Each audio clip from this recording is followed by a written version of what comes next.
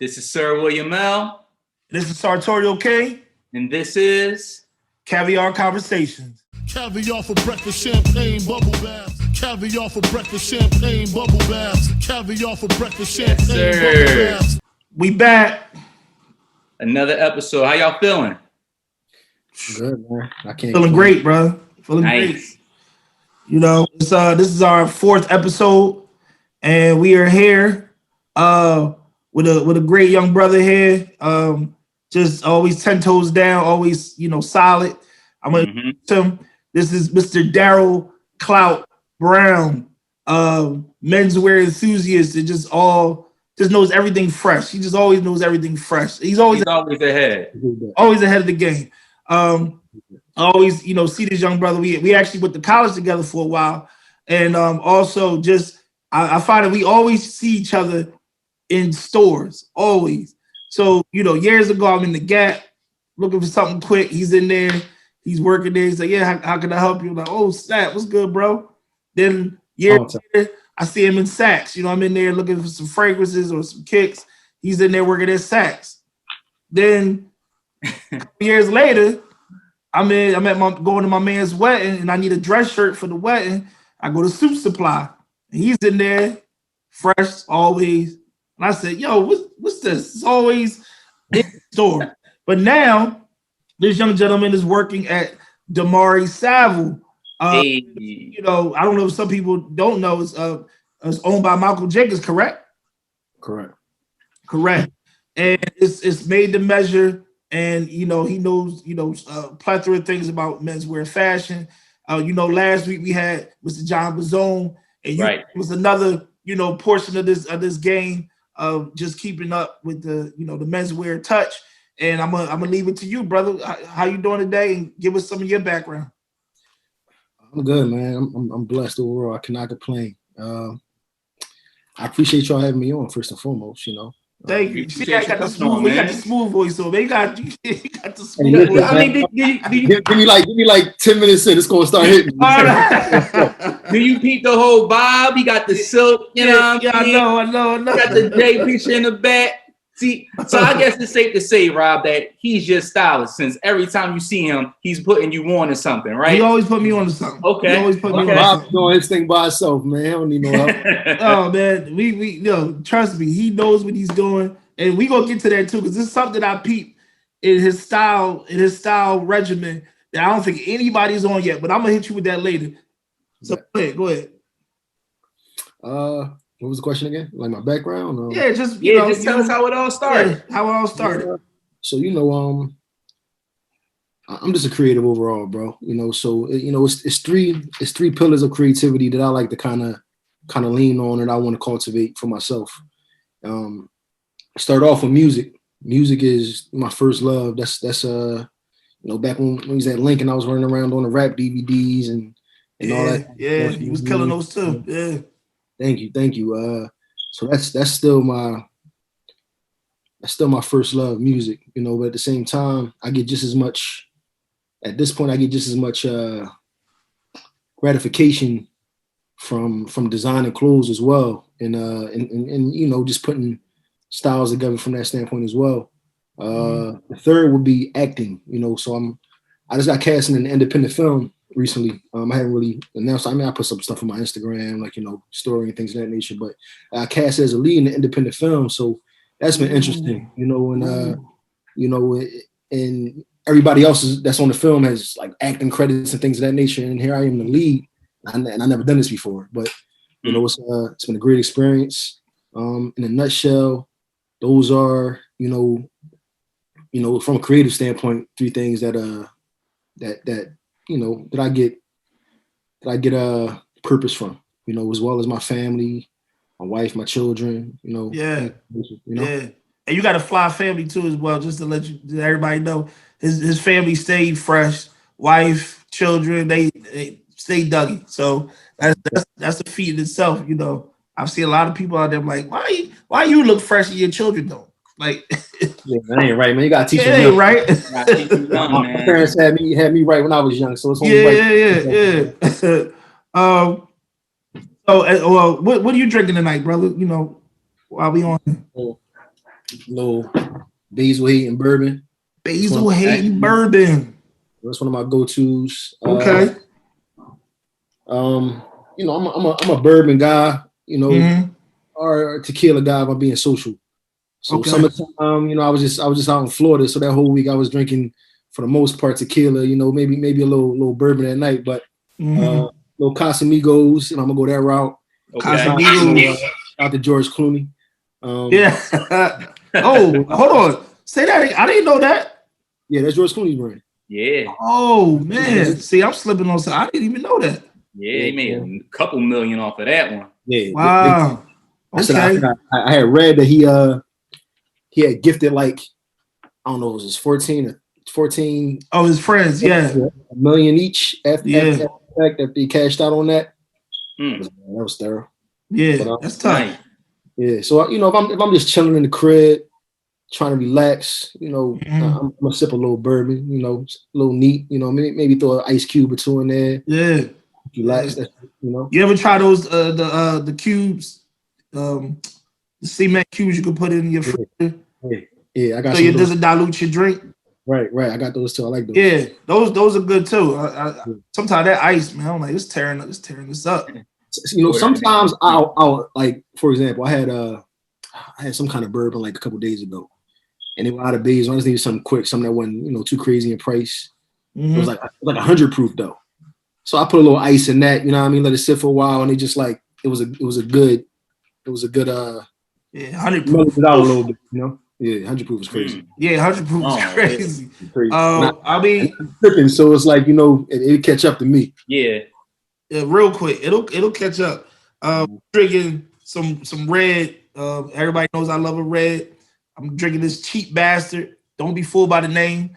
You know, my wine guy says don't be moved because people think because of the name that it's not going to be good. This is a good red table wine, especially for dinner. You just want to have it on there just to sip, real smooth. So yeah, I'm drinking Cheap Bastard. That's a great name anyway. It's funny because it is a great name. I never tried it. It'll catch somebody's eye. Like, what is this? Cheap Bastard at the top of the shelf. Nah, tap into that. I never had that before. Yeah, so Cheap Bastard. This rosé, because we all know William L. loves a rosé. And yeah, I drink rosé when I'm inside, when I'm outside, when I'm chilling, when I'm not chilling. You know, that's just my go-to. Linderman's sparkling rosé. Not too expensive, but it has a good taste to it. It's my first time ever having this one. So yeah, rosé. Hey, listen, I love a good champagne, bro. I'm a champagne guy too, so you know. Yeah, see, my man, we vibing already. It's my you know, the album I dropped 2 years ago, the Clico project. You know, because it was a lot of nights recording on, you know, that Vu Clico. You know what I'm saying? Yeah. And catching that vibe. You know, I used to drink hard liquor in the studio, and by like the third, fourth, I'm spending like 5-6 hours in there. Like that third hour, I'm slurring a little bit. And, you know, I'm feeling it. I listen the next day, like this shit ain't right, man. At this point, you know, I drink the champagne. It kind of mellow me out. I can kind of coast through that. You know what I mean? Just sip kind of coast. Yeah. Take a bottle through the head. Yeah. You know, I'll be right where I need to be. That's what I try to explain to people. It gets me where I need to be. Like I'm not too far gone, but I'm still in that same vibe where I need to be. Where I can still focus and still have a good time. Right. Yeah. Hey, you know, it's funny, not to go off topic. Will, somebody said, why you didn't drive that girl home on that, you know, that worst date? He said, why you ain't drive her home after she had whatever, the Hennessy slushy? Like, what do you mean? I said, what do you mean? He didn't drive him home. When you drive her home? I'm like, oh man. I was like, she was wild. My first thought was to get the hell out of there. The night had to end, right? I had to go. Bad joint. So yeah, not to get off, it just shot him. What you guys think about the Super Bowl this past weekend? You know, I'm gonna be honest, bro. I fell asleep for like the first half of it. Yeah. Yo, I think I was at the studio the night before. Long night, and I was in the crib and I was watching something on Netflix. Night Stalker before it came on. Something about that. Okay, yeah, I seen that. I see that. Yeah. So I was watching that. Like I was binging that day. I was like, all right, I'm about to go turn on the game real quick. You know what I mean? Mm-hmm. So we woke up like third quarter, and I saw the rest of it. But I gotta say, man, I like Mahomes, but I wanted to see Tom Brady win. You know what I mean? I'm not even a big Brady fan, but I'm a fan of greatness. So I kind of want to see him go over there and take, and close it off right there. You know what I mean? Yeah. I agree. That's how I talked about it. Yeah, we were talking about that on our first episode. Just like you can't. I mean, you got the winning mentality. You can't hate. It's just you got time to win amount of Super Bowls. Right. And with Brady it just shows that he was at another team. We felt that he only was going to win with that team, and he went and transferred that real quick. Right. And his man with him. AB Gronk was going to get it. Right. He was going off. I thought he was going to get MVP. For real. I was like, the politics of it. I know they probably just going to give it to Brady, but I feel like Gronk should have got it because he put the points on the board. Brought my man AB. You know what I'm saying? Right. I expect that. And that's what I was saying.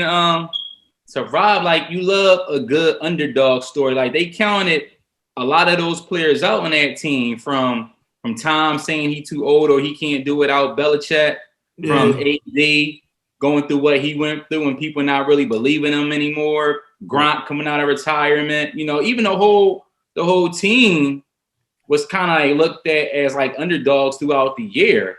Right. So for me, it felt great to see them dudes win. I love Tom Brady. I just love his whole mentality when it comes to winning. Like, you know what I mean? Yeah. Listen, I admire discipline, man. It takes a lot of discipline just to be at this point, to be as healthy and 43 is at this age. It's crazy, bro. 43. I think I read something. I don't know if I got it wrong. I feel like I read something before that said Tom Brady never had a soda in his life. Something like that. That's crazy. That's discipline for real. That's real discipline. Different kind of dedication. Or was it? Hold on. It was that or sugar? It was something like that. It was either like a fast food. It was something. I heard the sugar one too. It was. You know what I mean? He don't even how you really he really died sugar. Like I mean, you gonna eat a little sugar in your life. A little bit, yeah. You know what I mean? But yeah, either way, man, he doing something right because hey, he's still elite at this age. Yeah. And what I like about Tom Brady is his whole story, like, because he was an underdog from the rip. You know what I mean? Jump Street. He was third string. You know what I mean? He got drafted. He got drafted late in the draft, right? Yeah. Way down in the draft. Yeah. To be the GOAT. And he was the backup to Bledsoe. Right. Yeah. So that's, to put it in perspective, that's like if Michael Jordan got drafted in the end of the second round or something like that, and he still was Michael. Crazy, you know what I mean? Yeah. So I respect that. Although Mike was early. Mike, we already knew Mike will be vicious. Right. But I also think that goes back to always being prepared. You know what I mean? Because you just never know when you're gonna get that shot. Like for him to come in after Drew Bledsoe gets hurt or gets a concussion, and him to take it where he took it, to now at 43, it just shows you like always be prepared. Like, how do you prepare, Darryl, when you're like getting ready to go to the studio? Is there like something specific that you do to make sure that you have like a certain alcohol, a certain music playing before you get there to get you in the right zone? Like, how's your process? Honestly, bro, every time is different. It's for the most part, I always got a little champagne. I smoke what I smoke. You know what I mean? Have a good little vibe. I like to be in a good, relaxed state of mind before I go. Typically, so even if I work that day, say I was at Damari Savile that day, I'll take like a good 2-hour period in between just to kind of level my mind out. And just going there with a clear head, feeling good. Probably eat a little something that's not too heavy, something moderately healthy. Going there, and I just vibe out, bro. Get a lot of water. I'm a big water boy, so okay. I get, and I like good water though. You can't be no aquafina. Yeah. You gotta have a good water, man. Give me a couple, like maybe 4 bottles of big water, you know, just in case. Little champagne. If I'm being economical, I might get some Prosecco. You know what I mean? Ain't nothing wrong with it. Ain't nothing, little LaMarca, Prosecco. Like that, right, exactly. Yeah. I'm gonna drink any hard liquor. Typically, I probably bring a little tequila in there. You know what I mean? But I'll just sip that because tequila is gonna boost you up more than it's gonna bring you down. You know what I mean? If I drink too much bourbon, I'm gonna be too. Oh yeah. I don't want to be like that's that. A relax all day. Other times it's like I might listen to some stuff before that. I might watch something interesting. There's times I put something interesting on the screen on mute just to kind of watch, you know, visually to stimulate me. And it kind of it always depends, because sometimes I'm going in the studio from a standpoint that I'm creating on the spot, and sometimes I already have it prepared. So if I'm creating on the spot, that preparation is a little different than if I already have it prepared. You know what I mean? So it can go. I'm not a guy that has a bunch of people in the studio. I pretty much only have people that are necessary for the situation. I don't like distractions, you know what I mean? Now, I will have certain sessions where I invite a bunch of people to come through. That's usually towards like the end of the process or whatever I'm making. So I can, you know, I'm getting people's feedback and we just catching a vibe. I'm not really worried about getting a lot of work done. It's more so of a listening situation. But that's pretty much in a nutshell, man. I might bring some fruit, little snacks. Yeah. What's inspiring you right now? Like, well, one thing, what's inspiring you when you're in the studio, and then who's inspiring you musically right now? Like who's really like giving you heat right now that says, you know what, I gotta create something. So the new project that I'm working on, so you know, full disclosure, like I haven't dropped a project since my last project, the Clico project, 2018. Okay. And before I put that out, I've been making music for a long time, you know, at this point. And I got kind of jaded with it, like, damn, I know this shit is good, but I'm not hitting the heights I want to hit. You know what I mean? So I got kind of jaded when I ain't dropped. I've always been in the studio. I might be sitting on 400 songs right now. You know what I mean? No exaggeration. So I was always creating, but I just wasn't putting shit out because it was like, damn, I don't want to put it out, and it's not appreciated the right way. So on my birthday, 2018, I was like, you know what? I'm gonna drop something. So I ain't promoted before that. I like sent a little private invite to certain people to come to the studio for a listening session. It's supposed to be 15 people. Wound up being like 60 something people in the studio. Like just so it was like, so from that, it was like, dang, people, you know, it was my birthday too, so people gifted me bottles, and it's just a vibe in there, and just seeing everybody's reaction to it. It kind of, and then the next day, how, you know, the reposts and people, you know what I mean, it kind of took on a life of its own to the point that I got a few 100,000 streams off of that. And at that point I was like, I'm gonna throw this and see what happens, you know what I mean? But it organically, it wound up hitting a nerve with people. So it kind of reinvigorated me on the standpoint that okay, if this many people on the platform that I have right now, if this resonates with them, on a bigger platform, ain't no telling what it could do. You know what I mean? Yeah. And no matter what, I love making music, so I'm gonna make music regardless. You know what I'm saying? Like, right. With that being said, it's like after that I threw a show.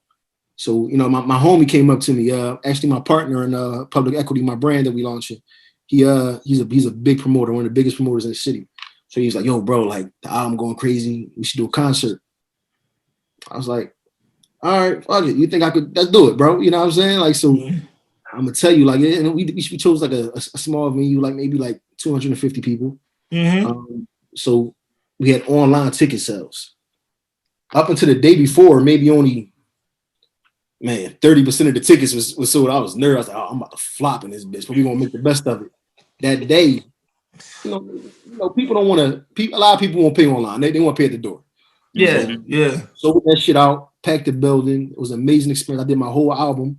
You know what I mean? I performed the whole album. It was a great experience, and it kind of triggered me. So at this point, so my next album is actually an R&B album. Like I'm really singing on there. Like I'm switching it up. Yeah, you know, I always had melodies and everything I did, but I'm really singing. You know what I mean? You see the silky stuff. This is the kind of vibe. I see where you're going with it. I see where you're going with it. Silky stuff. Yeah. You know, I just got back boxing and all that stuff though, so we're gonna get in my fighting weight. I see you out there at the art museum, you know. I see you, bro. We're gonna tighten it all the way up, you know what I mean? And we're gonna roll it out real interesting. So with everything at this point, I'm just trying to build an ecosystem where each thing can feed off of each other. Yeah. So with that being said, the music, the acting, and the fashion can all all come together. All come together. So for example, we said it's like maybe I'll do it'll be a short film connected to the album, right? And there'll be some acting elements in there, and I'll be wearing my own clothes, whether it's stuff that I designed, whether it's stuff I designed with Damari Savile. You know what I mean? So all of it'll come full circle. And just branding myself across all boards and seeing where the chips fall from that standpoint. Just doing my due diligence and applying myself, and I feel like you throw something at the wall enough times, eventually it's gonna come down. So right. That's a good term. Definitely good. So what's inspiring you in terms of music wise? Right, that was the question. I went off on a tangent. I'm sorry. Music wise, lately, I'm gonna be honest, bro. I've been listening to a lot of old music. Like I've been listening to the Stylistics a lot. I go back to like Sade a lot. Honestly, just Sade is a problem. Sade, man. Right. Every man's dream. I don't know if you see this. I don't know if you guys see this, but if you look at the gaps in which she took to record albums, really let you know that she was really home. Right. It wasn't about like money, or it wasn't about, I got to be the biggest star. She was already going to be the biggest star anyway, just because the project she put out was so like prolific. But I did the gaps the other day. I looked at the gaps in between those albums. Like it was like 92, and then it was like 98, 99 or whatever. And then another, she takes time. Right. I respect that. It's always iconic and it's always well done. And, always. Yeah. On the newer side, I've been listening to Brent Faiyaz a lot. Okay. Damn, who else? I'm gonna look at my Apple Music real quick. There's a couple people I've been listening. I'll be all over the place though. That's definitely the inspiration, the music. Of course I don't do music, but I'm a music head, so I listen to everything under the sun. Right, I listen to everything. Everything. I like Griselda a lot on the rap tip. Yeah, we talked about that. Yeah, right. Griselda is killer. Like I think they're setting the bar pretty high, man. Yeah, I know this era is really melodic heavy in terms of the music. Most of the artists now we don't really see as rappers in terms of, because they don't really give bars. Yeah. But as far as them giving us that 90s feel with the hard boom bap beats and Alchemist and it still got flavor to it. It's still sauce. West Side is curating so many. He gives you the fashion with the lyrics, and I like rappers that talk heavy. I like him too. Yeah, like you already know, Push is one of my favorite people. Mm-hmm. And when I heard Conway and Benny, I think I DM'd you. I was like, yo, I can visualize everything they're saying in a verse. Right. So descriptive. Benny my favorite out of all of them. That's I bang with. I like all of them for different reasons, but I really, really like Benny. But I still like ignorant shit too. Like I still, I still on some Future on any given day. Oh yeah, that Pluto thing was crazy. With Lil and then I like shit. I like Lil Uzi sometimes. I like shit that Lil Uzi drops sometimes. I can appreciate anything that's well done in a certain kind of mood. You know what I mean? So I like Thug a lot. I like Drake. You know what I mean? I listen across the board. Yeah. A lot of stuff just depend on the mood. But the most consistent thing at this point been probably oldies, like old R&B. You know what I mean? Yeah, like old R&B. R&B, like that 70s and 80s R&B. Like that, like Marvin Gaye. I listen to a lot of Marvin Gaye. Yeah. Marvin Gaye, my guy. You know what I mean? Marvin Gaye. I listen to Marvin Gaye has inspired me a lot for my project that I'm working on. Not to say that my music is any way reminiscent of Marvin Gaye. I understand. Just even like how his the undertones of his melodies, how he puts the ad libs. It's just like it's so natural, and you know what I mean, the passion he put into it. Yeah, that's my. And then Marvin Gaye gave the best anthem ever to me. I was Whitney Houston. Marvin Gaye did the Star Spangled Banner. Oh, you say national anthem? Yeah, he killed the national anthem. at the All-Star game in LA. He killed that. He changed it up completely. It did smooth with the frames on, the sunglasses. Like nobody ever gave it that much swag ever. And yeah, he's a GOAT. What I like about Marvin is just how he reinvented himself. Like, you know, I was having a conversation with a friend of mine maybe a week ago. We were talking about how like the first in the 60s, he could have capped it off with the 60s with the Motown and all that and still been a legend. Then he reinvented himself, you know what I mean? Got away from the process and all that, the beard, you know what I mean? Started dressing like he dressed. Really caught his vibe for real. Really, a whole different ball. And I like watching people's stories. I watch a lot of documentaries and I like reading biographies and things of that nature. I like seeing people's art. You know what I mean? Yeah. You like Al Green? Love Al Green. Yeah. Love Al Green. Al Green is vicious, man. Yeah, Al Green is one of the classics. Man. He's one of like a classic voice. Like you just can never get tired of an Al Green song. No. I mean, listen. I just felt for him just with the hot grip on the chest. I felt it was like if you sleeping and somebody just like dump hot grits on your chest. Yeah, it's different. Ooh. Yeah, that's a different type of angry right there. It's a different type of angry. So let me ask you, Darryl. So transitioning from the music to the fashion, tell us how it started from the Gap to working with Malcolm Jenkins. Like how did that all happen? So I mean, I worked at the Gap when I was a kid. Kind of, I started working at the Gap when I was maybe I might have been 19 working at the Gap, something like that.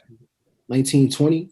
So I mean, I needed a job, so I started working at the Gap. My man worked at the Gap. My man Flash Dean. You know what I'm saying? Yeah. We went to high school together. Right. So he worked at the Gap. He's like, yo, you should apply to the Gap. I was like, fuck it, I'm gonna apply to the Gap. I applied to the Gap, got the job. It was cool. I always liked clothes, I always liked fashion. My mom always kept me fly as a kid. I was always in the, I think I always had a pretty good taste level. So I worked there and it was cool, you know what I mean? It was a vibe. After that, I didn't work in any kind of retail establishment for a long time after that. I got back into that by working at Saks. I went to an event at Saks that it was a rapper that I knew. He was having an event there. It was like a Giuseppe Zanotti release party. This was like in 2013. And I went, I had like a nice suit on, and I got to talking to people. I talked to the GM for a second. He's like, I didn't notice the GM, so I'm just talking to him. He's like, man, you know what you're talking about. We talking about fashion. You know what you're talking about. Like, you look like $1 million. He's like, you should apply here. I'm like, okay, yeah, I did. They never called me though. So I remember one day, I had a fresh cut. I already had suits and stuff like that. I always like suits. So I was like, you know what? I'm gonna go up there and I'm gonna go just present myself. They ain't never hit me back. They ain't never respond to my application. I went up there. I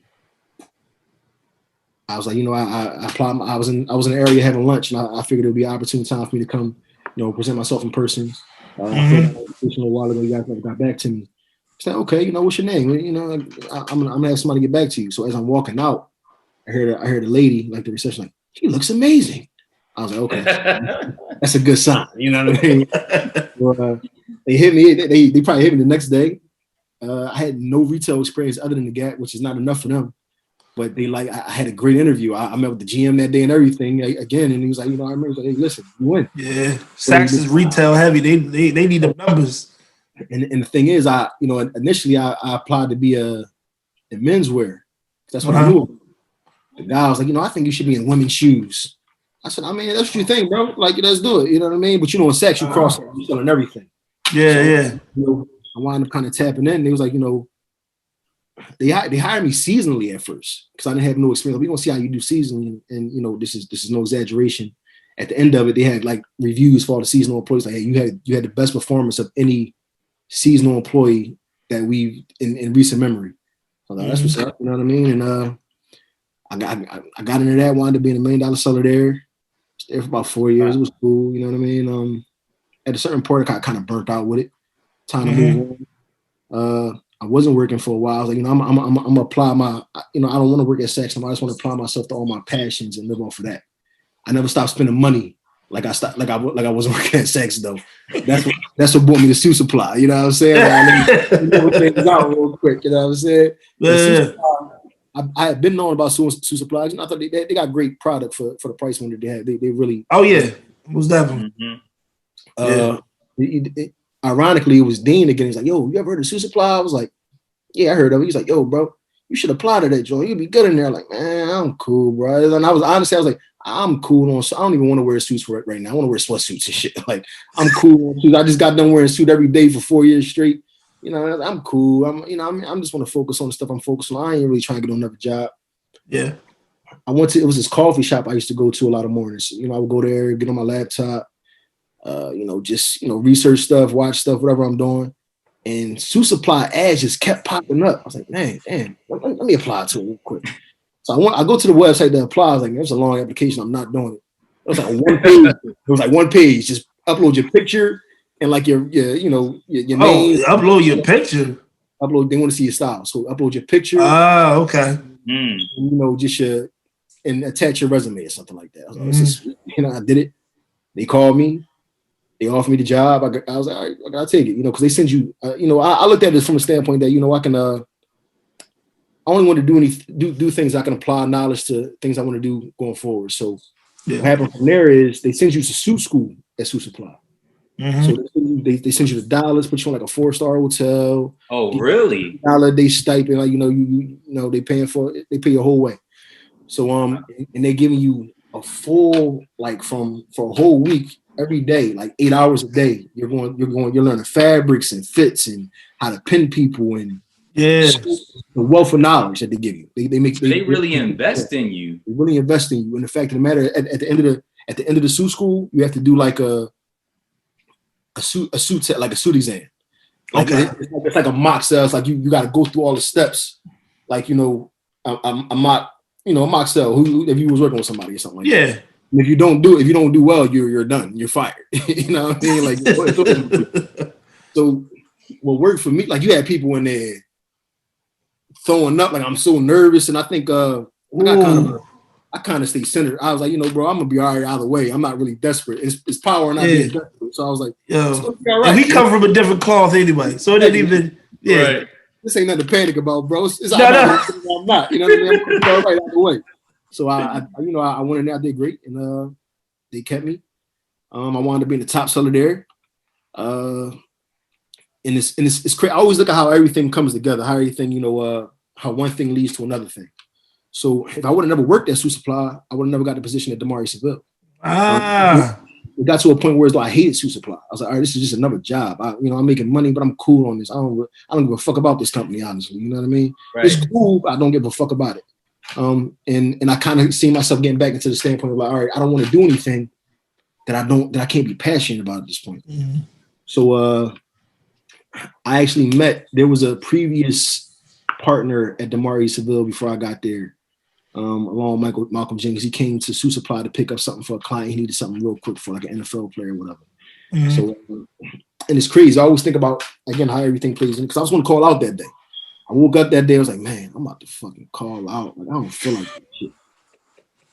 I wound up, you know what, I'm going to save the call out. You know what I mean? I went in like an hour late.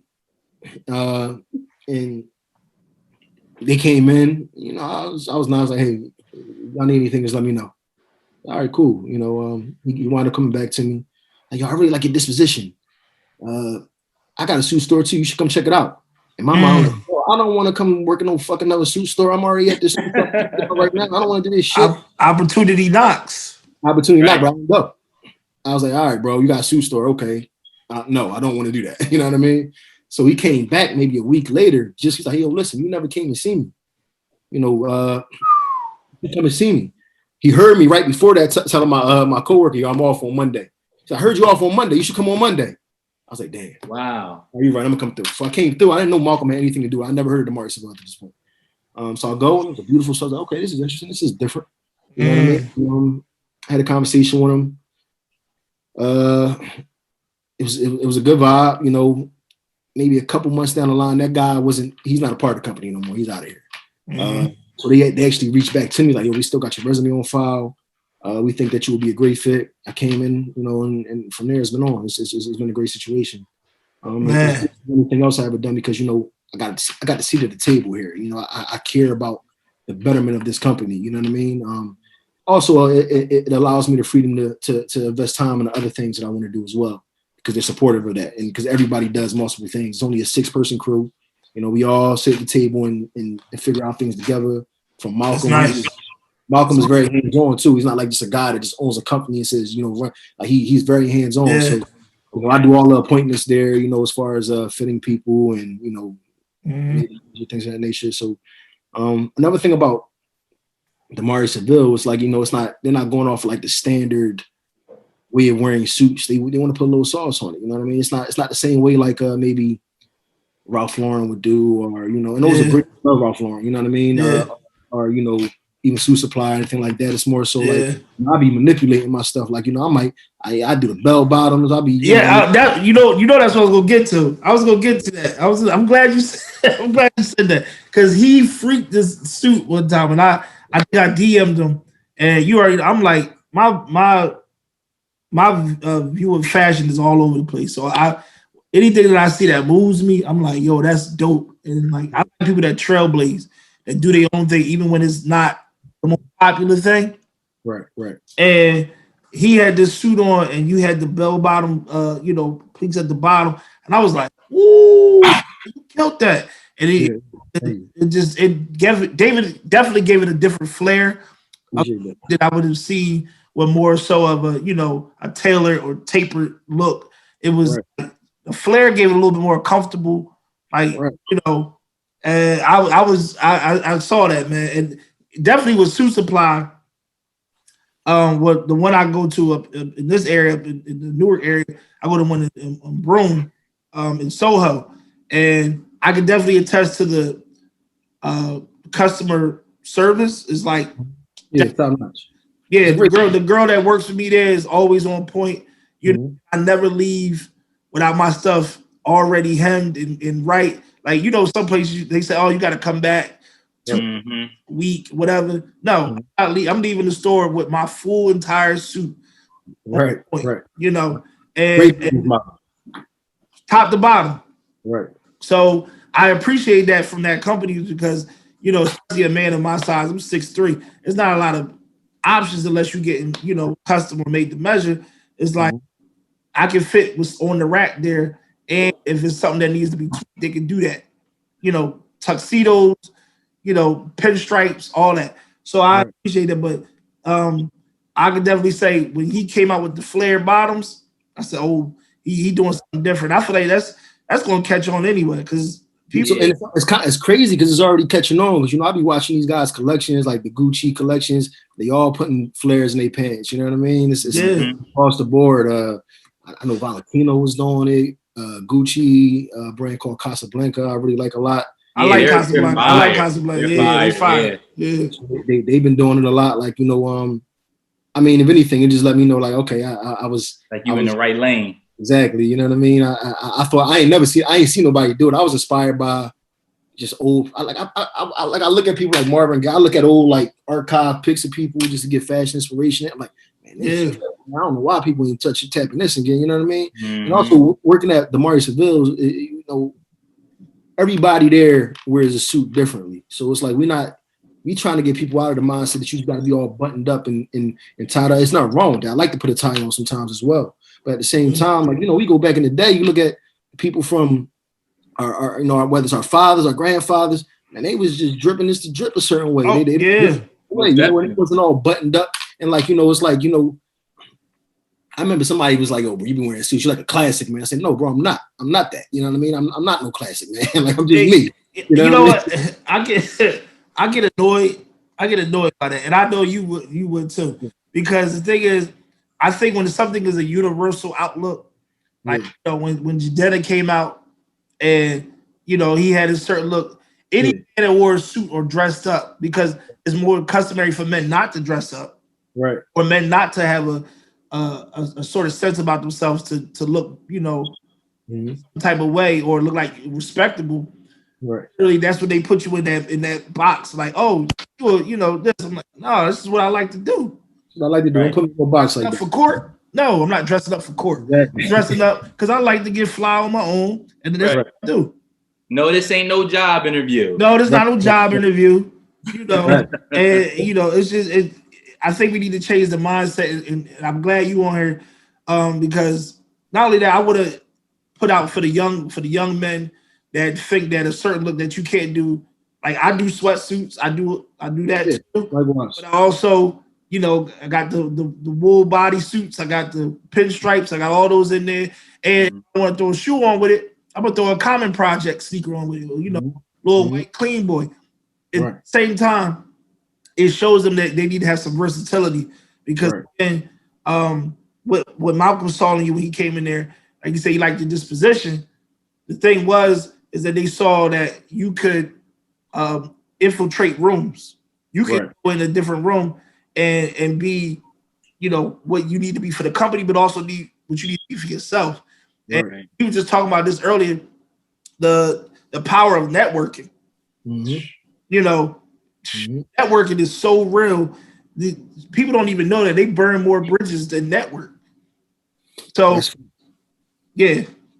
That's right. So, I mean, with that being said, it's just like, you know, I kind of want to show people that, you know, you can, yo, bro, there's nothing wrong with getting dressed. There's nothing wrong with looking smooth. You ain't got to be a nerd. You ain't got to be like, you know, you can be a cool ball. Like you look at those, you know, you had the street dudes and you know, nice suits back in the day. You know what I mean? You know, like my step pop was a street dude. Like in the 80s, they used to be putting on them silk Versace suits from Boyd's and all that. Like, well, I grew up seeing all that. My pop always wore suits, so it was like I like it. You know what I mean? At the same time, I wear sweatsuits too. But you know what I mean? I like dressing down for sure. You know what I mean? But even that is a certain aesthetic for me. You know, I think I'm a believer that it's good for. I like the people who stylistically I admire have uniforms to a certain degree, and that might change depending on the time frame that they're in and the era that they're in. But at the same time, you know, one thing I like, for example, I like Steve Jobs. He ain't had to think about what he wore every day. He wore the same stuff. Oh, I kind of like that. Denims. He was denims. Black shirt or black. What's it? Black turtleneck. And that was his thing. So for me, it's either a suit, and I ain't got to think about that. Like I put the suit on, I put the shirt on, little. I accessorize with the pocket square, whatever bracelets I got on, or something like that. You know what I mean? Like my frames or something, little rings or something, but. Other than that, you know what I mean? I keep it kind of simple. You know what I mean? I know I ain't got to think too much about that. And on my dress down days, I'm throwing a nice little sweatsuit or something. You know, I put some denim on sometimes. You know, it depends. You know, I put it together, but I don't like to think too much about that. I just don't like to look clean and put together. You know, I also thought about that with designing for my own brand. You know, I'm giving like, you know, so for example, we got like the weekend set, which is like a modern take on a leisure suit, basically. So it's like, you know, it's like a velour suit, you know what I mean, like Western type jacket with pants, you got snaps at the bottom, you got snap, and they got a little flare to them, things of that nature. Something you ain't got to think about. A lot of men want to be fly, but they don't want to think about how to get fly. They don't want to think about how does this match with this. Now you got some guys that pay more attention to that detail, but some guys just want to be clean. You know what I mean? So I'm giving you the set, so you ain't even got to think about all that. Like, you know what I mean? Like put it together how you want to put it together, but it's already there for you. You know what I mean? If you want to accessorize it, do it how you do it. But yeah, bro. So you pretty much said, hey, I'll put it together. All you gotta do is wear it right. All you gotta do is wear it. I'm all about simplifying. I'm all about simplification and effectiveness. You know, you can look clean. Some of my best outfits be simple, be the most simple. You know what I mean? Like that. Some of my favorite outfits is outfits I put on by accident that I wasn't thinking about. Like I'm throw something on. Like I might walk past, like, oh damn, I kind of killed that. You know what I mean? Yeah. Now you hold in. You're like, yo, I could actually do this more often now. Right. Exactly. So now I didn't tap into a whole new aesthetic for myself.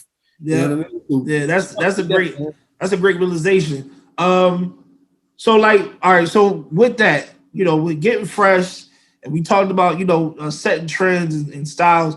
Like what fragrance you wearing with those things? Like, you know, I always stress the importance of, you know, for men and young men, especially be working with youth. You know, my youth don't care about none of that. Like it's straight Axe body spray, you know, whatever. I remember when I was in high school, the first bottle of cologne that I had was Versace Blue Jeans. Got you. I took that to the ground, brother. Like that was it. And of course, from then on, it just, went on to other things. But like to complete the whole look, you got to smell right. And, it's big out here, especially like I don't want to smell like no one out to me. I know there's a lot of brands out there. Like, I'm just going to say this just because this is our show. I'm going to say this. I do not like Gucci Guilty. That's just my piece. I feel like it's overpowering. I feel like if the person doesn't put it on the correct way, it can make somebody run away from you versus get close to you. Right. Just in my opinion. And we can talk about this too, though, if you had any moments where you felt somebody just put too much on. Like, I typically stay away from like UD toilettes. Like I don't really do none of them. I do parfum. Let's talk. Parfums, brother. Parfums, you don't gotta put too much on, and even if you do, like because it's like the oil base, it's gonna kind of secrete into you. Right. And, there you go. I might wear your chemistry on me than it does on you. You know what I mean? Yeah. So it's hard to find what works for you, but a lot of times they overcompensate because they got something that ain't that quality, and you just spraying a whole bunch on you because it's gonna wear off in 3 hours. You know what I mean? Talk to talk, bro. And that's real with for all our viewers, just to let you know, so we're not throwing something to you don't know. So toilettes, are high in alcohol content, but not a lot of oil based in terms of the fragrance. So there you find people that need to reapply it throughout the day to keep it fresh, to keep it on, but then it becomes overpowering. Versus if I put a perfume on, and at the beginning of the day, I don't need to do nothing for the rest of the day. I might not even smell it on myself no more. Then I'd be 8 o'clock at night. Somebody want, you smell good like that. You still smell it? Exactly. I was like, I put that on 7:30 a.m. Right. Down. And there's only but so many fragrances, that are, I should say, in this time and ever, that are toilettes that are classic that you might want to mess with. But if anything, I'm messing with the parfums because that way it stays on me all day and I don't have to reapply. And I've seen plenty of people before they go to happy hours or, they end the day, they go on some event and they like, yo. Right. Dude, I'm like, pouring it on themselves. Pour. Yes. Right. So what you rocking with these days? So honestly, I got a lot of different fragrances. You know what I mean? I got some that I touch that I tap into here and there. I got some I've been wearing for years. Then I got some that I just like for a chill day. I throw it on. So right now, honestly, I brought them out. I mean, this kind of thought it out, but it's still like this has been my go-to since like 2013 when I started working at Saks. This is the first time I tried Creed Avensis, and a lot of people up on Creed Avensis at this point, but it just I think it's a good chemistry with my body. You know what I mean? And I can't go wrong with that.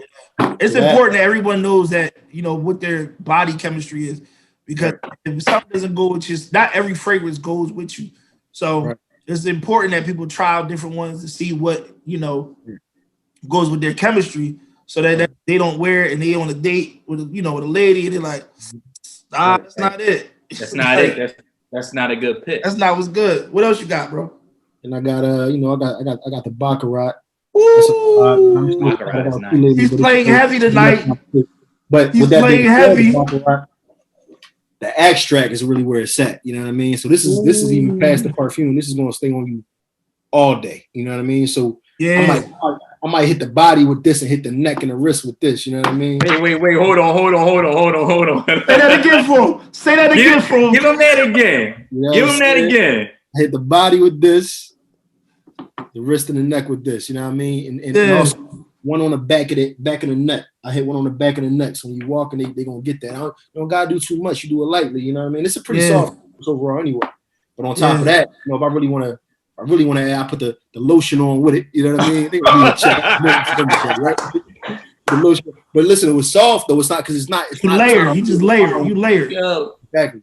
Yeah, that right there was a Caviar moment. That's a Caviar moment. That was a Caviar moment right there. That's a stunt. Sir. That's a Caviar moment and a stunt. He gave you 3 levels of the fragrance game all in one. Now I'll tell you though, on my day-to-day though, like stuff that I keep in my bag, I got my public equity bag. He's going live. Yeah. Show that. Yeah, show that. Keep giving it to him. Keep giving it to him. Go ahead. Show that, brother. This brand public equity. The weekend bag. You know, the weekend bag. How high leather. You know. Is that on the website? Yeah, it'll be on the website. It's gonna be pre-order this week. So on my day-to-day, I'm definitely copping that bag. Definitely. Yeah, I need that. Carry this in my bag. This is my day-to-day. Savage. It's too expensive. You know, it's still perfume. It's you know what I mean. It's quality. Yeah, a lot of compliments on this. And you know, I'm comfortable throwing this on my bag. I just want to spray something real quick on a calm day, because every day is not a baccarat day. Every day is not a especially for the price point. Baccarat cannot be every day. It's more economical, but it's still quality. I mean, other than that, you know, I got take y'all vitamins too, man. Of course, it's COVID and all that. That's what we about. That health and wealth. Yes, it is. Vitamin C, tapping on. What's that? That's that Trader Joe's. You got it from Trader Joe's. Hold on. So, all right. So I don't know. I don't even know if I can follow that. I don't even want to go after that. All right. So I don't want to go after that. So I'm wearing what I'm wearing right now these days. I'm wearing the Armani private collection, the Privé Vetiver de Verre. It's smooth. It's nice. Look, wolf. Lemon top notes and tonka bean on the bottom notes. But I like this because it's smooth and it's really it's not overpowering. And I like this when I'm fresh out of the shower. Boom, I can play this anytime, especially in the house or in the summertime. I wouldn't really wear this out during the wintertime because especially on a 16-degree day, you ain't really get this notes. But I'm not really up on that one.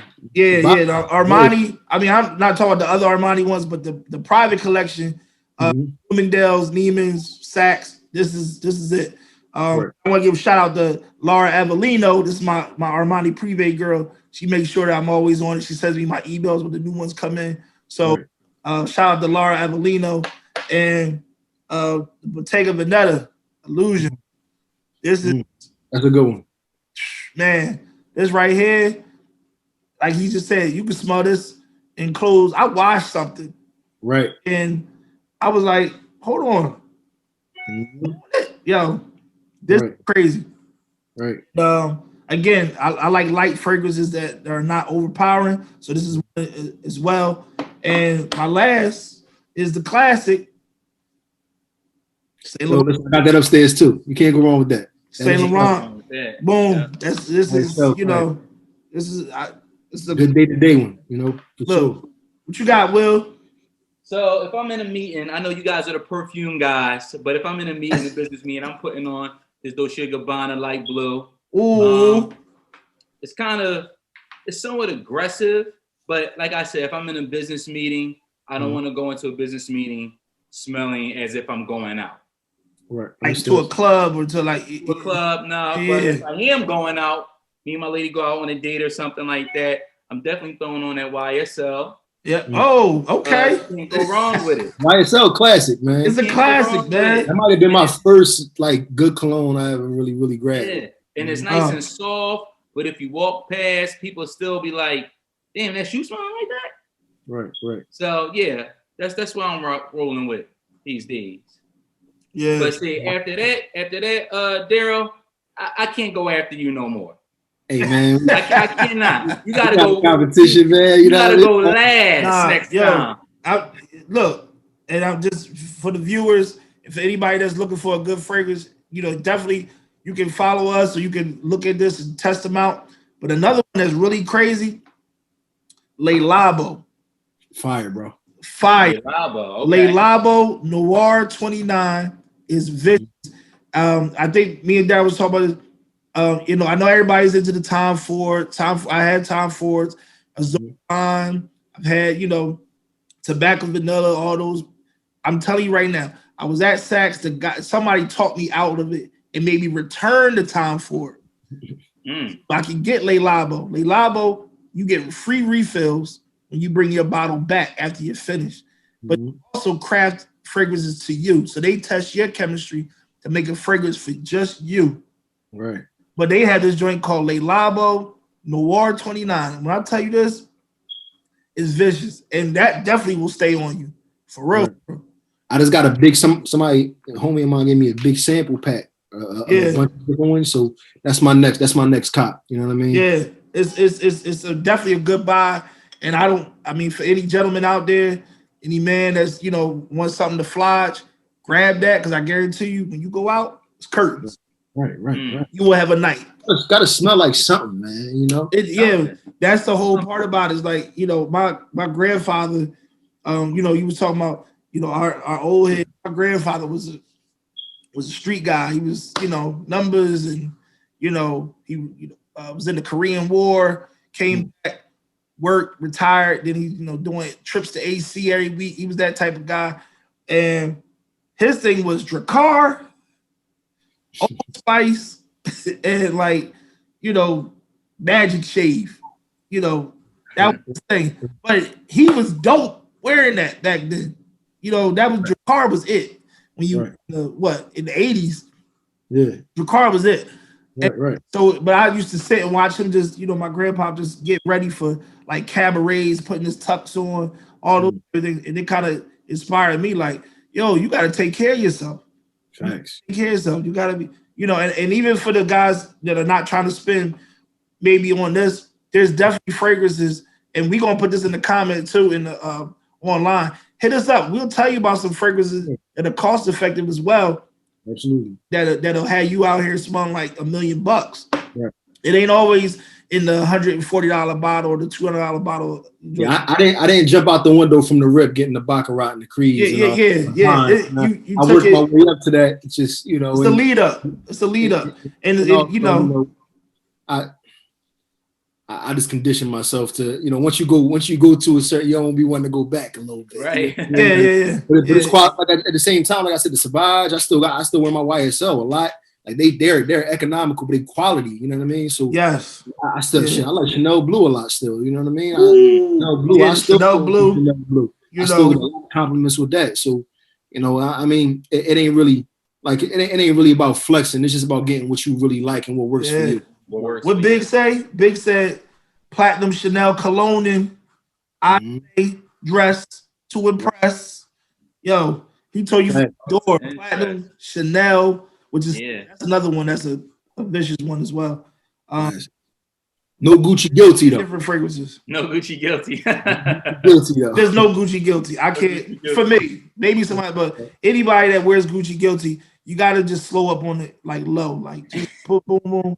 Because I've seen some people put Gucci guilty on, and I'm like, say that for Macy's. I'm sorry, that was wrong. But so let me ask you something, Darryl. We this is our portion where we just kind of get into questions to kind of see where we've come from and where we are now. You know, growth is a never-ending process, and we're all, you know, grown men now coming from Philadelphia, and even I've moved at the same time. Philadelphia is my roots; it'll always be me. I bleed it. That's it. And people always say that even when I talk wherever I am, they're like, "Oh, I can tell you from Philly." I'm like, "Well, okay, cool. You're never gonna leave me." So let's talk about like as a young boy, what activity or sport did you try as a kid but you failed at? So one activity that I tried, so I can't even say I failed. It's just one in the cards for me. So football. I started playing football when I was maybe like 12. I was on the football team. I was pretty solid. I was all right. You know, we was working it out. We was getting there. Right before the first game, like the week before the first game, I broke my wrist riding my bike, like going down Snake Hill. It was like, you know what I mean? Big out, me and my homie went down there, we riding, and we going crazy, like, I'm trying to outdo him. We going super fast. I wound up hitting the front brakes. I flip off the bike. I bust my head to get staples and broke my arm. Yeah. Football career was over after that. You know what I mean? So that didn't work out for me. But I don't even look at it as a fail. It wasn't meant to be. Right. Yeah. Well, But I will say this, as far as activities, something I do look back and I feel like, okay, I don't really have regrets, but at the same time, I do look at certain things like, damn, if I knew what I knew now, I would have applied myself more to that. My mom always put me in different activities as a kid. Like, for example, she put me in drum lessons. She put me in saxophone lessons. She put me in like piano lessons. Even tried to put me in tap dance lessons. I'm not really with the tap dance at this, but I probably would have stuck with that. But I wish I would have stuck with some of the other stuff, especially making music. It would have elevated me to a whole nother point. And I been a young Gregory Hines out here. Right. I respect her foresight to even put me in those things. But I'm gonna be honest, it's like, my mom and my dad broke up when I was a kid, like when I was a baby. I never knew my parents together. But my father's very much in my life though. You know what I mean? Yeah. I had a really good dad. Yeah. Same here. We the same, brother. My parents, I didn't see that. Yeah. Right. So but at the same time, I never felt like, because I never knew them together, I didn't feel like a way about them not being together. But with that being said, it's like, it's only so much a mother can make your son do after a certain age. So I'm like 13, 14. She's trying to like, yo, you want to go to these drum? Like, no, I'm trying to go outside and get on these girls. You know what I mean? Like, I'm not trying to go to drum lessons right now, Ma. You just want me to tap dance? I'm not tap dancing. Like, I was listening to Beanie People today. You think he wouldn't tap dance? You know what I'm saying? Like, stuff like that. But in retrospect, I wish I would have, I do feel like I failed in a way to have the foresight of how beneficial that could have been to me over time. I'm gonna tell you another one thing, you know what I mean? For my 16th birthday, my mom gave me a choice, right? Mm-hmm. She was like, listen, I know you remember Mesquite shirts, right? Yeah. So she was like, I give you the option of, she's like, for your birthday, I can get you some custom made Mesquite shirts. I can get you this drum machine. Like, damn, I like the drum machine. I think I'm gonna take them custom made. I thought about it for like a day or two. I was like, no, I think I'm gonna go with the custom made Mesquite shirt. I was leaning towards the drum machine. I think I want to be fresh for some, like, I want to be like, for the 5 minutes. For the 5 minutes. But no kid is thinking about that either. No kid is thinking about the long term of what that. Right. I was like, man, you gonna give me the custom Mesquite shirts with Clout on it? Like, don't nobody got them Jones? Mesquite shirts like $65 back then, which is a big number for a t-shirt. Yes. I'm about to kill him with this joint. Like, nobody got these. That's as far as my mind was going. In retrospect, I should have got the drum machine. You know what I'm saying? Oh yeah, but it kind of flexed with them with the Mesquite shirts. You know what I mean? Had my name on there, all types of stuff like Clout. You know what I mean? It was official Jones. Mesquite was crazy. But it kind of worked out because that inspired a lot of your fashion sense now, though. Right. You know what I mean? Read it. Right. It definitely came full circle. Yeah. To be honest, the attention that I got from that probably sparked a lot of interest in, keeping a certain precedent for myself. Yeah. Be fresh. You know what I mean? But sure. Yeah. So I hope that answers the question. No, you did. No, that's crazy. I mean, definitely. I don't know how I would have answered either. Like, would I have taken the Mesquite? I probably would have took the Mesquite too. That was different, baby. We only saw what was in front of us. Yeah, out on the street. Right. I was thinking about like way down the road, like what could this drum machine do? This beat machine. Being 16 with custom made Mesquite shirts at that time. Yeah. Man, you had people trying to do their own. Right. Like you ever go to the Parkside games back in the day? Yeah. I go to Parkside games with them Mesquite shirt on a custom John. Like, bro, I ain't never seen a John like that. Like, I remember Gilly used to be down there balling at the Parkside games. Yeah.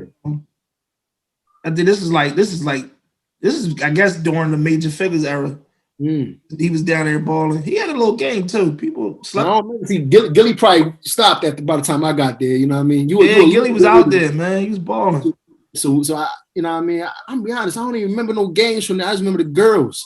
I was going for the girls. That used to be the place to go in the summertime because that everybody's at this basketball court for this tournament. Everybody's there. Yeah. Bring back the Parkside games, man. It was either the Parkside games or Susquehanna. Right. Susquehanna. Panatti was big back in the day too. It was and even with Mesquite, that was like if you had that Mesquite on, like you was out here doing something, like you was that guy. Yeah, 3X. When 3X Mesquite. I wound up getting transferred to Roxborough my last year of high school, right? And okay. One of the designers or owners from Mesquite, his son is named Karan. Karan, yeah, definitely.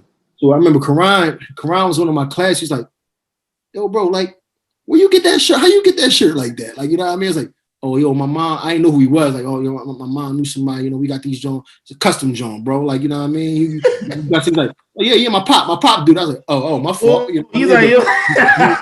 Listen, we kind of hit it off on that, though. It was a good talk. Yeah. You know, it was different. Yeah, shout out to him as well. I see him on the ground doing this thing with the biking. Yeah. Kings Roll together. Was it Kings Roll? I haven't talked to him in a long time, but it's always love. And I love to see his evolution. He out here. Positive dude. So, well, what was yours? Well, shit, mine was football too. So my mom used to always try to get me in like activities, and I was always, you know, athletic and whatnot. So my pee-wee football career ended quick because I got, you know, an infection in my foot, so that was a wrap. So I missed the whole season, and I just never showed another interest in it after a while. You know, my mom would put me into like art programs, you know, like theater programs and stuff like that, because that's what my interest was in music and all that type stuff. So as I got into high school, I was like, you know, I'm gonna get this football thing another try and shit. You know what I mean? Like, I think I'm ready for it. So after we went through like drills and the coach was like, yeah, we're gonna start hitting tomorrow, I was like, yeah, nah, I'm not really fucking feeling getting hit and shit like that. I think I would just stick with like arts and, you know what I mean? Stick with my strengths, because I was, you know, excelling in those areas, music, fashion, art, and that stuff. So yeah, it was football. But now that I look back at it, I'm thinking like, yeah, I probably made the best decision. And, you know what I mean? Like, I saw the direction my mother was going, but I was like, nah, I'm kind of good on that. You know what I mean? So, you know, CTE is real out here. So yeah, man. I'll be honest, I won't let my son play football. Your son play football? I won't let him play football. Oh, you won't let him play? Oh, yeah. Yo, high school. If you want to do it in high school, you can do it in high school. I'm not going to like raise him up playing football. But okay. Yo, and I'm gonna shout your son out as well. You posted a while back.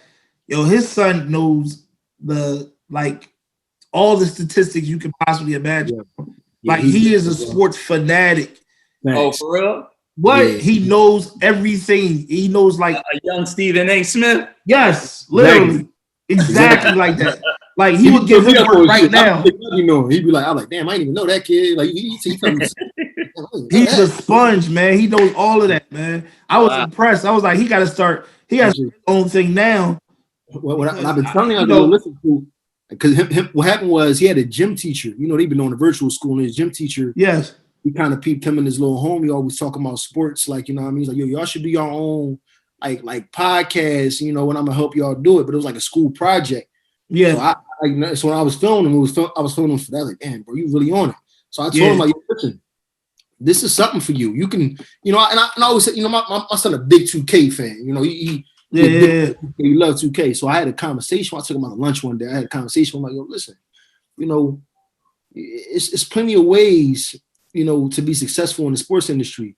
Now, you could be an NBA player. I don't know how that's gonna work out. It's a possibility, maybe, you know what I mean? But you know what I mean, you got some work to do. But at the same time, you know, you could be an agent, you could be a commentator, it's a lot of different realms you could tap into with this. Yeah. You really have a big knowledge base on this. You can be, because I see how one thing that I come to realize, and I based off my own experiences with my parents in the past, you got to cultivate what your children are passionate about. So, for example, my son is passionate about 2K, right? Yeah. But it's not from a superficial level. It's deeper than that. It's more than surface level, because like I said, he could turn, like you said, he can talk about all the statistics, and, you know, and 2K is different. Like, you know, they got a whole storyline. You know, I don't play games. Way different from when we played. Yeah. The game right, is you showed me like, I just got drafted out, you know what I mean, college. This boy got a whole life. I'm like, damn, that's like, you into it too. Like, you breaking stuff down to me. You talking about, I'm trying to get a max deal this year, you know what I mean? This and that. And I'm like, okay, like he understands the game, and just like so even from a watching standpoint, just how certain things just resonate with him. Like, I want to cultivate that. So it's beautiful. We about to start the YouTube page. You know what I mean? Start it, man. Like I was extremely impressed when I heard him talking. He was rattling it off. I said, "Ooh." And I'm glad you said that. There's so many jobs in sports. I had the opportunity to meet Chris Broussard a few years ago. He came and spoke to some of my kids at my school. Mm-hmm. And we were talking. He's like, yeah, I played high school ball. He said, but I knew I wasn't going to the league, and I knew I wasn't going to be playing at a high college level. He said, but I could write. Right. Great writer. He said, I knew I had journalistic, what's the word I want to use? He could write. Let's just say he can write. So literally, his thing was, let me transfer that. And he's like literally trying to tell my students, like, yo, I've met every possible NBA player or, Hall of Famer that you could possibly imagine, even not playing the game. Mm-hmm. It transferred into different for him. Yeah. And, Chris Broussard is on everything. He sometimes there with Shay. He's great. So he's a great man. He knows, he's knowledgeable of the game. He knows the stuff. And so I also think that we should channel our children into that and our youth into other avenues of living their dreams out. Because it ain't always about being on the court. No, exactly. And it's like, he initially he was like, I want to be. I was like, all right, man, listen, that could happen for you. I'm not going to shoot that down. But, I'm only 5'10". You know what I'm saying? Like, my dad's 6 feet. You might get to like 6'1" max. You know what I'm saying? You kind of talk here. We're going to see what happens. And you got options. I want you to know you have options in this field. You are very knowledgeable about what you do. So if that doesn't work out from that standpoint, you have other options. And, he's also somebody I think that if he applies himself, he can do whatever he wants to do. He's a very intelligent kid. Like, I look at him sometimes like, damn, bro, you know a lot. Like you different. You know what I mean? It made me proud. Like, it's just, he literally one of the smartest guys I know. So that's a good feeling. Yeah, and that's important that our kids understand that there are way more jobs in those fields, even in entertainment. Right. If you don't always have to necessarily be the guy in the front, because like we were talking about earlier, Rob, sometimes the guy behind the guy that's in the front is making the plays. Yep. They really need to understand that you can be an analyst, you can be an agent, you can be a manager, you can be a broadcaster, even the guy that holds the camera to a certain degree has a lot of power there. That's a good job. You know what I mean? I told him, study Chris Paul as much as you study LeBron. Mm-hmm. You know what I'm saying? It's a lot of opportunities. So I had a conversation with somebody recently. Like they're like, "You're going to make your kids go to college." I'm not going to make them do nothing. I'm going to make them be something. So for me, I dropped out of college. I dropped out of Lincoln. I went to Lincoln, and I love Lincoln. Like Lincoln did a lot for me. I learned a lot at Lincoln. Mm-hmm. I met the mother of my children at Lincoln. You know what I mean? Yes, sir. So I really got cooler with you at Lincoln. You know what I mean? Just different things, and it's a lot of relationships that I've cultivated from Lincoln that have went a long way in my life. So I value that, but at the same time, I never wanted to go. Like, transition week, when they tell you look to the left, look to the right, one person might not be here. I knew I was going to be that bull. Like, you know what I'm saying? Like, I know, like, yo, bro, I'm not going to be here. Yeah, he keeping it all the way real, right? I don't want to go here, bro. Like, I'm about to run around, have fun, and I'm going to get the most of this experience. But hey, listen, I thought I was going to be a rich rapper when I was 17. It didn't work out like that. You know what I mean? But I'm kind of blessed it didn't work out that way because, what I tell people is my path is my path. Everybody has their own path. Everybody has their own path. Yep. And if you tap into that and just master yourself, you can't help but to be successful on some level. You know what I mean? Yeah. Right. And so somebody, do my kids have to go to college? No, they don't have to go to college. They can go to college. I'll never shun college. Like, yo, it's not a good way. No, absolutely. It depends what you want to do. But at the same time, if my son, my daughter at 18 is like, yo, listen, I really don't want to go to college, but I want to go to this art school in Paris. Oh, absolutely. Let me cultivate that. Yeah, I'll fund whatever you're trying to do as long as you're passionate about it. You're going to apply yourself and do your own. Yeah. Oh, you gonna be doing something. That's the whole thing. Oh, you gonna be doing something. But I think, you know, we come from that era where our parents were told, like, you go to school and this is how it plays out. And as adults, we like, it don't work like that. So I'm not going to tell my kid, like, yo, that's your path, because that's what everybody tells you to do. Like, no, like me personally, me and my girlfriend, we have this conversation a lot. And I say that for me, yeah, college was good. I finished and all that. But the relationships I cultivated there will supersede any of the knowledge that I took from there. Because now it's about, I feel as though it's about who you know, not necessarily what type of credentials you had. You know what I mean? Yeah. Those are important. And it shows, like, in college, for me, it helped me kind of like grow into, you know, who I am and who I'm becoming. Because I was kind of shy in high school. When I got that taste of college and that freedom, like, what? I got my own spot? Popping. I gotta flip these oodles and noodles to make something happen. Hot pot. My college life is wild. You know what I mean? You said it right. Like, you know, I do feel like the times have changed as well. Like, you can't keep holding the youth to the same thing that was done before. Like, jobs of people are creating their own jobs, creating their own, you know, income. That there are kids that are far above and beyond in the world of Instagram and YouTube that we are possibly at. If anything, we late to the game. And the thing is, they're creating their own wave. So now it's like, what do you want to do? And I also feel like, you know, to project that on kids, I believe in kids going to college because I do feel like the experience is monumental. I love every minute of my matriculation at Lincoln. The friends that I made have been lifelong friends. When I see it going further, the people I've met, how to, you know, deal with people living in a dorm. How, not only that, to meet people you never lived with before. Right. What? That's heavy. You come into a room, homie, funky. Right.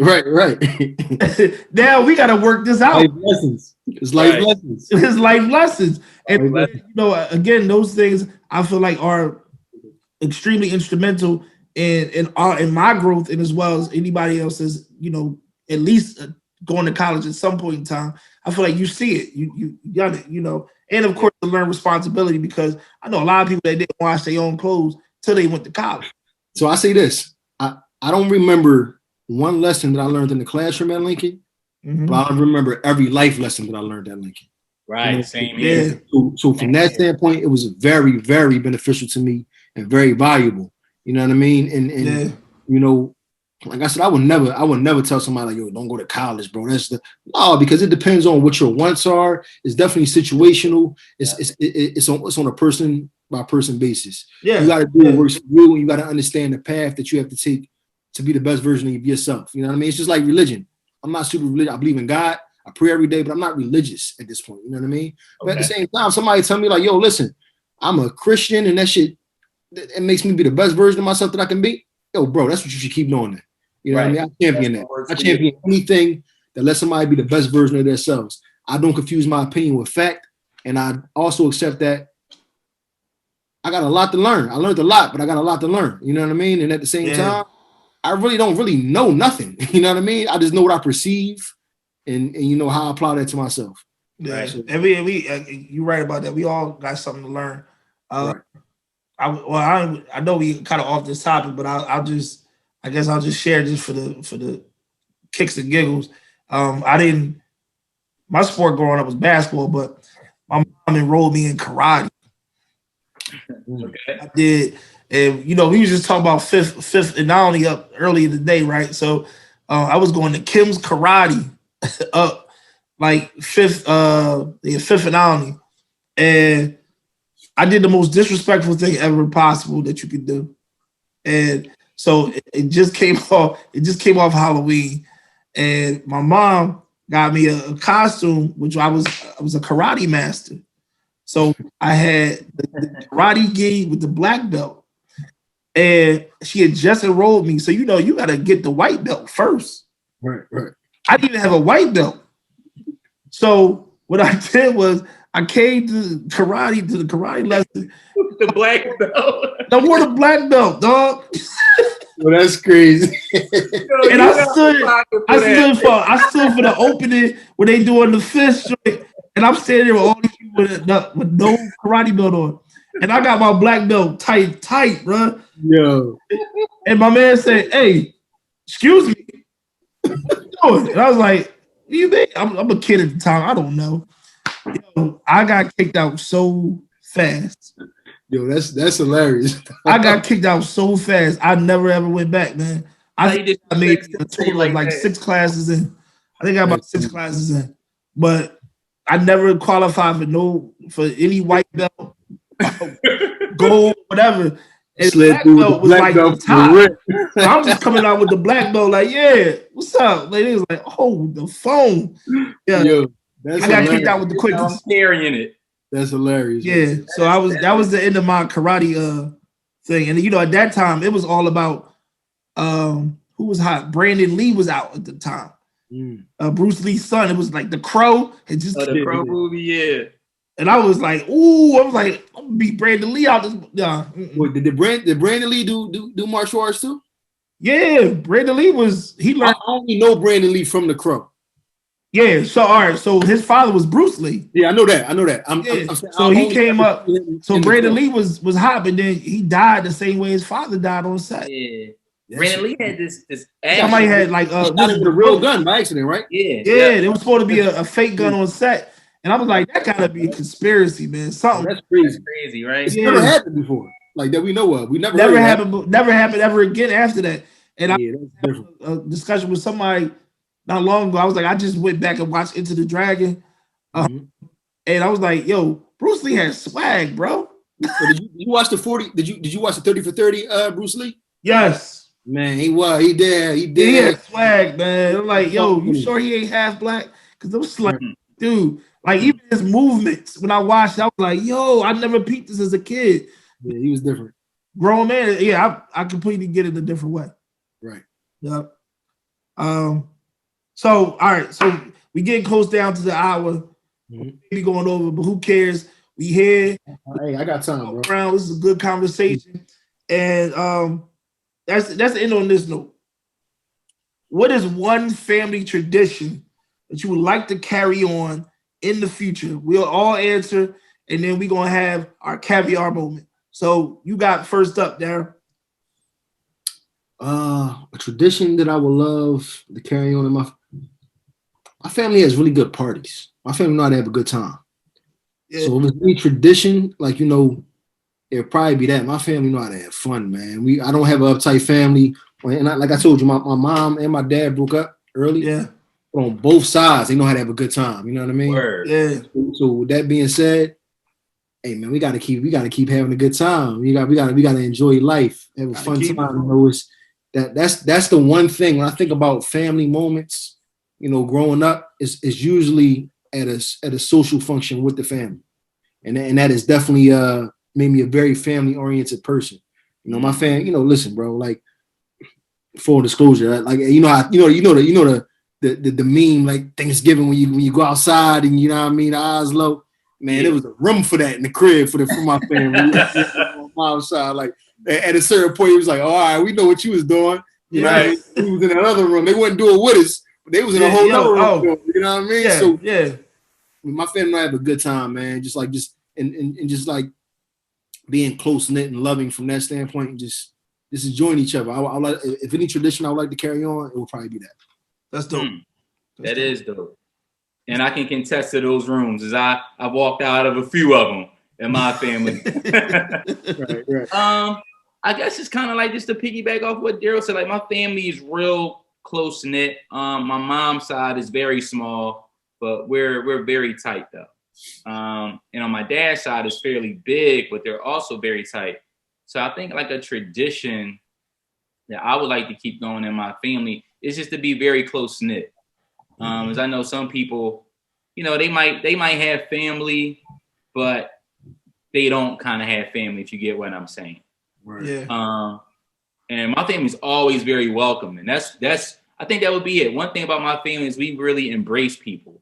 Like, so I'm a Virgo. So I'm kind of like black and white. If I rock with you, I rock with you. If I don't, it's kind of like that too. But my family's very, very comfortable about bringing people in that we're comfortable with. So I think that would be my thing, making friends become family. You know what I mean? Because sometimes, blood friendships make you thicker than blood does. You know what I mean? So that probably be mine. What about you, Rob? I guess we all on the same page. I guess it's kind of crazy that I think these things are evident to us now more so than ever.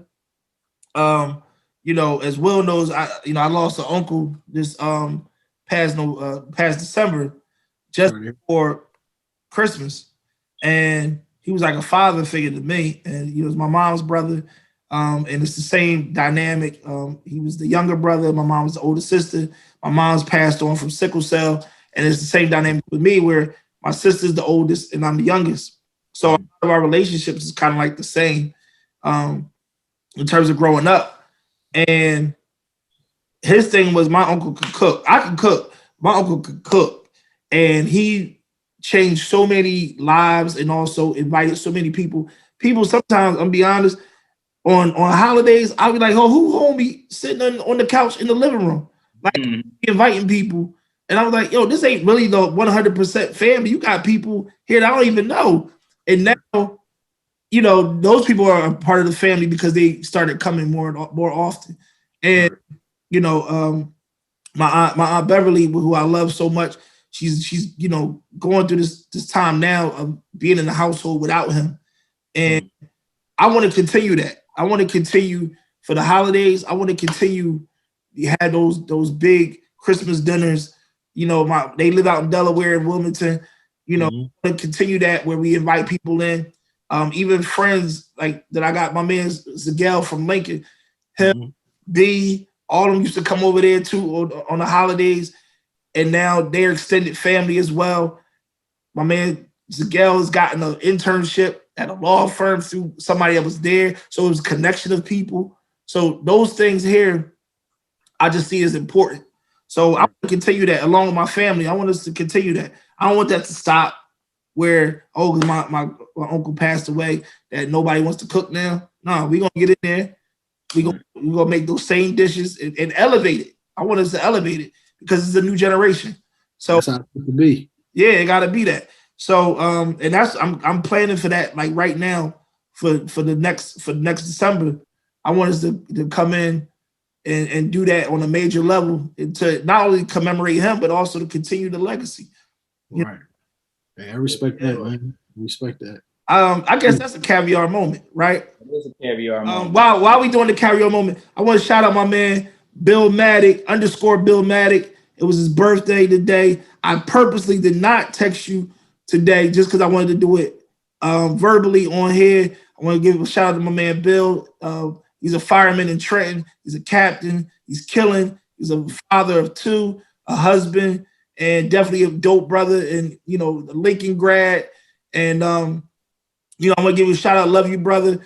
Happy birthday.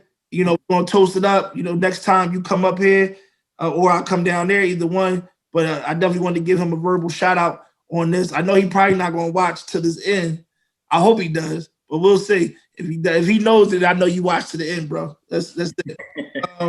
So everybody got their caviar. Listen, it's my first time. You got it, brother. This is your first time to the. This your first time, brother? I Googled it, right? He said sour cream with it. I haven't had it with the sour cream. That's a vibe. Ooh, I know you caviar and cream. Caviar and cream. He taking it to the next level. I got these, You said the crackers, but I Googled it. It was like, listen, you gotta do this. Say, so you he on point. That's he on point.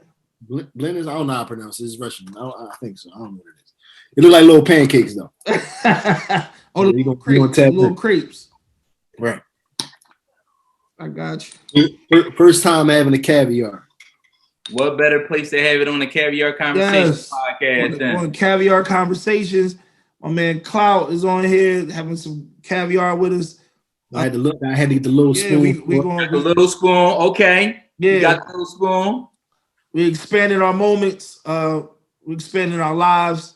And I appreciate you definitely coming on here with us, man. Yes, sir. Taking the time and talking to us about, you know, fashion, where you've come from, family, you know, liquor, fragrance. We went through a whole bunch today, but that's what happens when the conversation is just organic and authentic.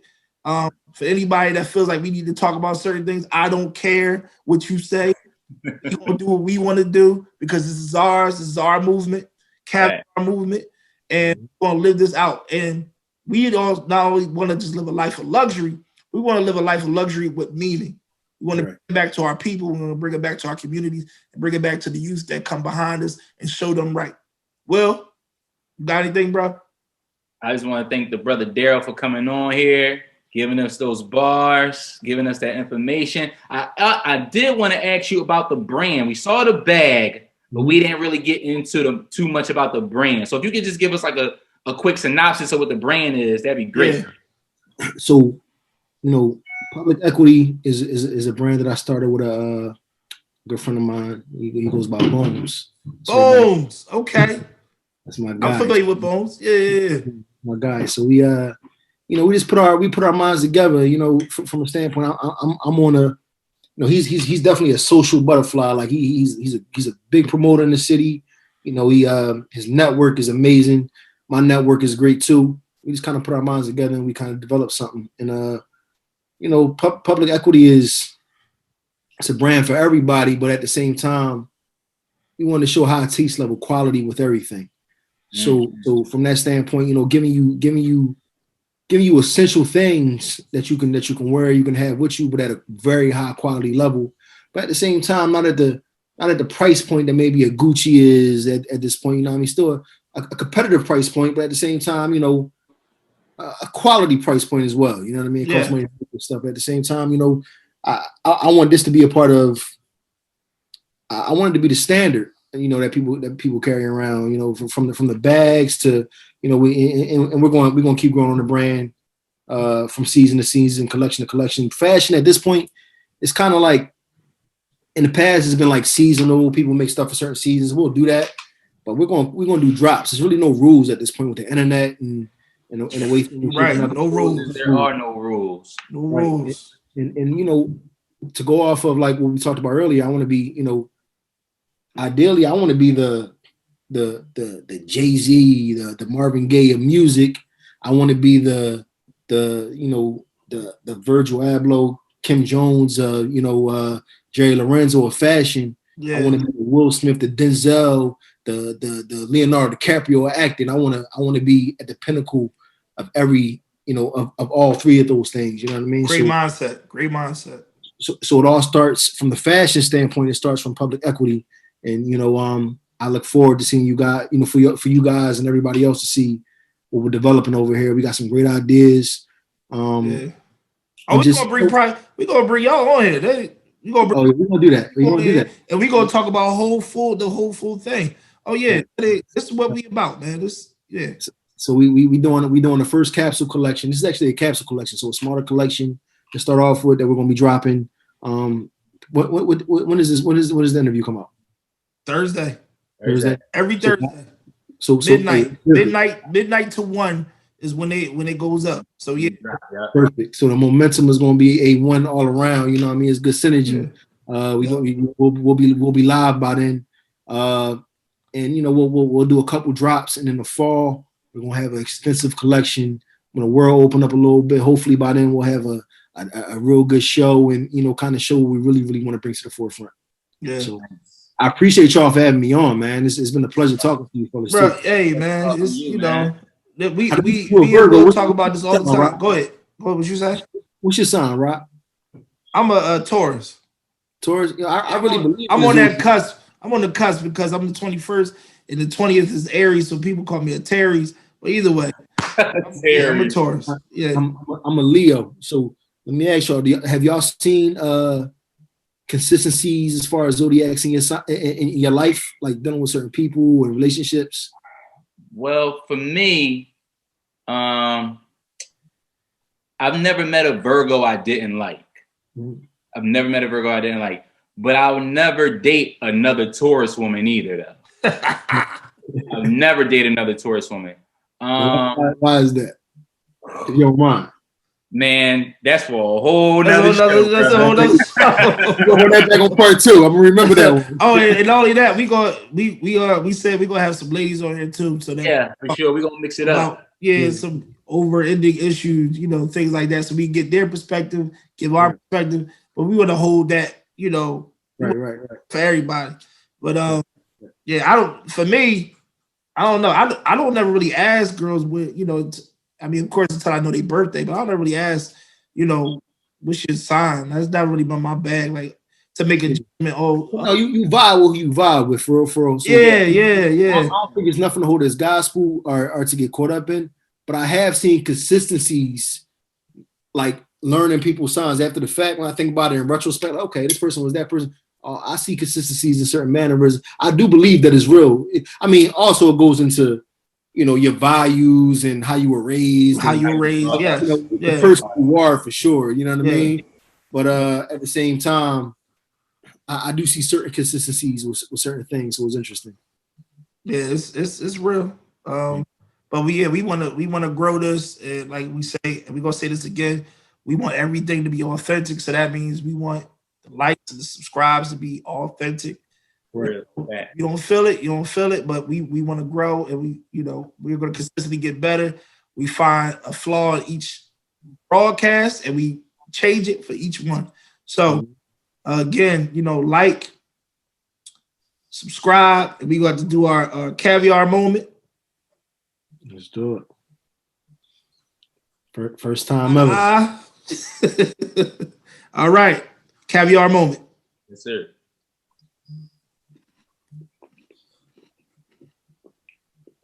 Pretty good.